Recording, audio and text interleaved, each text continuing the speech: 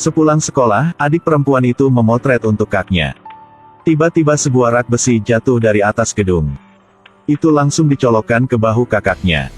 Setahun kemudian pada peringatan kematian kakak perempuan Tommy. Ketika adik Kiko baru saja akan meniup lilin peringatan. Tiba-tiba bel pintu berbunyi. Jadi ayah keluar untuk membuka pintu. Baru buka pintunya. Ialah putrinya yang sudah meninggal, Tommy.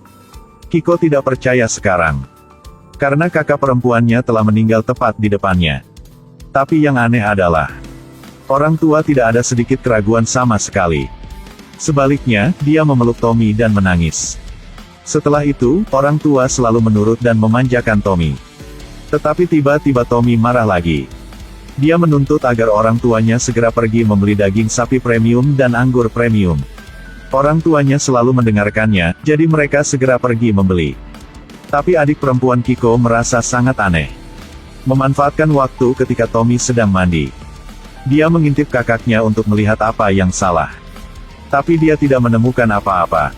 Itu bahkan lebih aneh terhadap orang tuanya. Kiko melihat sang ayah menjilati rambut Tommy.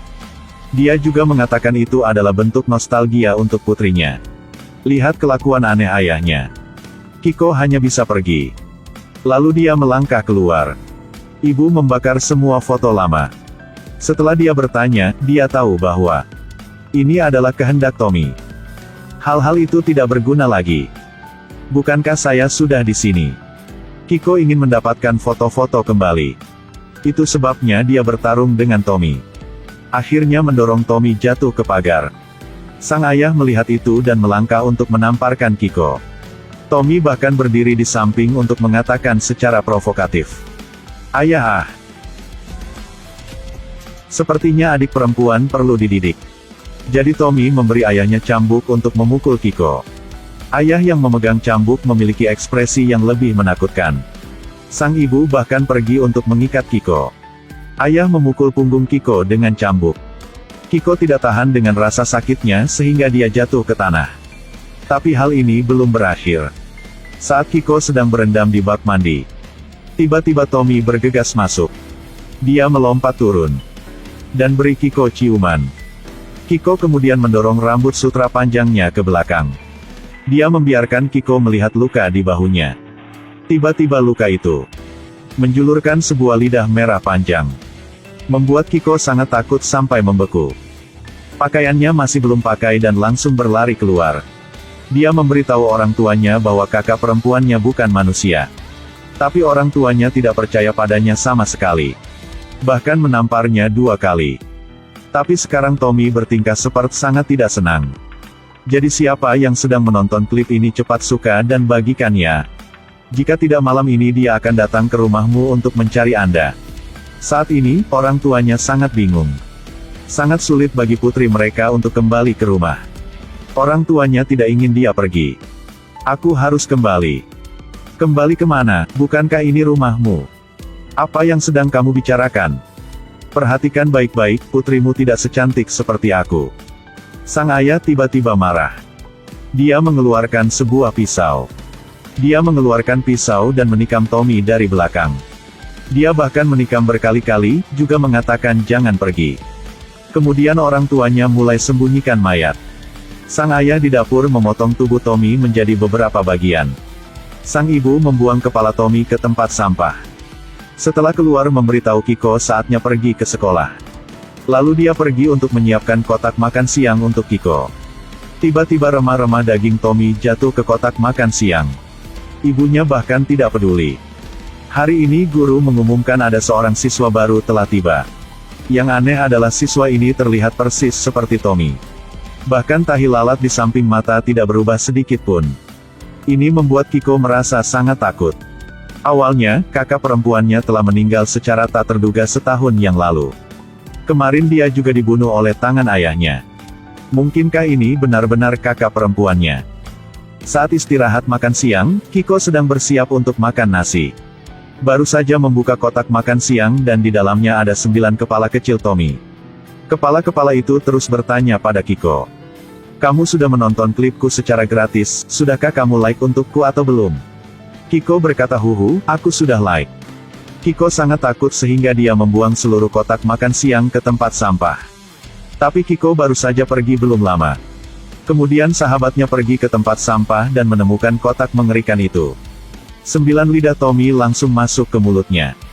Hal ini belum berakhir. Ayah sedang berada di rumah, dia tiba-tiba melihat.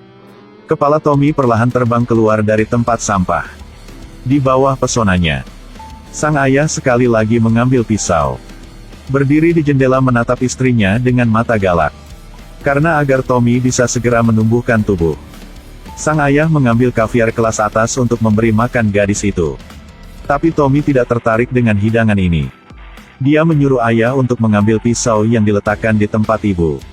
Setelah itu, keluarkan daging dan berikan kepada Tommy makan, hanya dengan begitu baru bisa menumbuhkan tubuhnya. Kiko merasa bahwa kakak perempuan Tommy adalah monster. Setelah dia pergi ke studio foto, dia menemukan sesuatu tempat yang menakutkan di foto. Ada jerawat besar di leher murid pindahan baru ini. Tommy ini adalah kakak perempuan monsternya. Tiba-tiba sahabat Kiko datang mencarinya. Dan beritahu Kiko bahwa dia telah mendapat teman baru.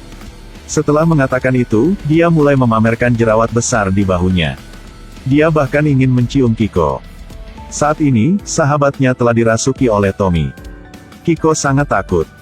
Dia dengan cepat berlari keluar. Kiko berlari seperti terbang keluar. Dia ingin mencari teman untuk meminta bantuan. Dan siswa laki-laki di asrama laki-laki semuanya duduk tercengang. Karena pada siang hari mereka semua bertemu dengan Tommy yang tidak biasa. Ketika Kiko baru saja pergi, sahabatnya mengejarnya. Tapi laki-laki di sini seperti terkena mantra. Semuanya dikendalikan oleh Tommy. Ambil gunting memotong pohon. Lalu letakkan gunting di leher sahabatnya. Siswa laki-laki ini memegang gunting untuk memotong pohon besar. Bidik tepat tenggorokan teman wanita itu dan potong. Kepalanya langsung putus. Kiko ketakutan hingga wajahnya memucat. Saat dia berlari ke ruang kelas. Tapi dia melihat seorang siswa laki-laki. Di tangannya sedang memegang pisau untuk menusuk Tommy. Dia mengatakan kepada Kiko. Selalu ada sebuah suara di kepalanya. Menyuruhnya untuk harus membunuh Tommy. Tepat ketika mereka berdua sedang berbicara. Tommy dibangkitkan sekali lagi. Kali ini, dia bahkan sangat intim dengan pria itu. Kiko benar-benar tidak tahan lagi. Dia menikam Tommy dan siswa laki-laki itu sampai mati pada saat yang sama. Apakah Anda pikir itu sudah berakhir? Kiko baru saja berbalik kepalanya. Kemudian menemukan tubuh tanpa kepala sahabatnya bergegas menuju. Dia akhirnya berhasil melarikan diri ke rumah serbaguna. Tetapi dia melihat kepala Tommy lagi. Itu terbang dari tempat sampah. Semua jenis Tommy mengelilinginya. Hal yang paling menakutkan adalah Tommy ingin mencium Kiko. Pada saat ini teriakan terdengar. Kiko terbangun di tempat tidur. Dia yang sangat lelah keluar. Orang tuanya sudah selesai menyiapkan sarapan. Untungnya, ini hanya cuma mimpi. Sebenarnya Kiko tidak punya kakak perempuan. Dia juga bukan anak kandung dari orang tuanya. Kenyataannya, dia ditolak oleh teman-teman sekelasnya. Bahkan Crush juga tidak peduli padanya. Orang tuanya juga membencinya. Tidak ada perasaan sama sekali. Karena merasa sangat tidak puas. Jadi dia akhirnya membayangkan dia punya seorang kakak perempuan. Dia pikir semua itu disebabkan oleh kakak perempuannya. Orang yang membuatnya kehilangan semua cintanya. Hanya ketika kakak perempuan terbunuh, maka dia akan memiliki cinta. Ketika Tommy ingin melewati dunia fantasi menuju kenyataan, ayahnya tiba-tiba mulai memakan rambut lagi. Ibunya juga mulai mengambil pisau. Pada titik ini, dia akhirnya secara resmi bertemu Tommy. Dia mulai membunuh orang. Kemudian orang tuanya dibunuh secara tragis. Sahabatnya juga tercabik-cabik. Crushnya tidak bisa menghindari bencana. Tommy ada di mana-mana sekarang. Kiko tidak punya tempat lain untuk pergi lagi. Pada akhirnya Kiko hanya bisa berdiri tak bergerak. Air matanya jatuh membiarkan Tommy masuk ke tubuhnya. Pagi keesokan hari, Kiko berpakaian seksi untuk pergi keluar. Sekarang dia baik menjadi Kiko maupun menjadi Tommy. Dia berada di tengah jalan yang ramai. Dia ditangkap oleh seorang pria berkacamata dengan sangat cepat. Kiko tersenyum lembut dan mengikutinya. Tapi 1 detik kemudian, Pria berkacamata ini menggunakan pisau untuk membunuhnya. Di mulutnya terus berkata, "Aku benar-benar tidak akan membiarkan pria lain mendekatimu." Kiko melihat cermin yang terpantul dari muka Tommy. Sepertinya telah ada seseorang membutuhkanmu sekarang. Tommy tertawa sekarang. Kiko juga tertawa.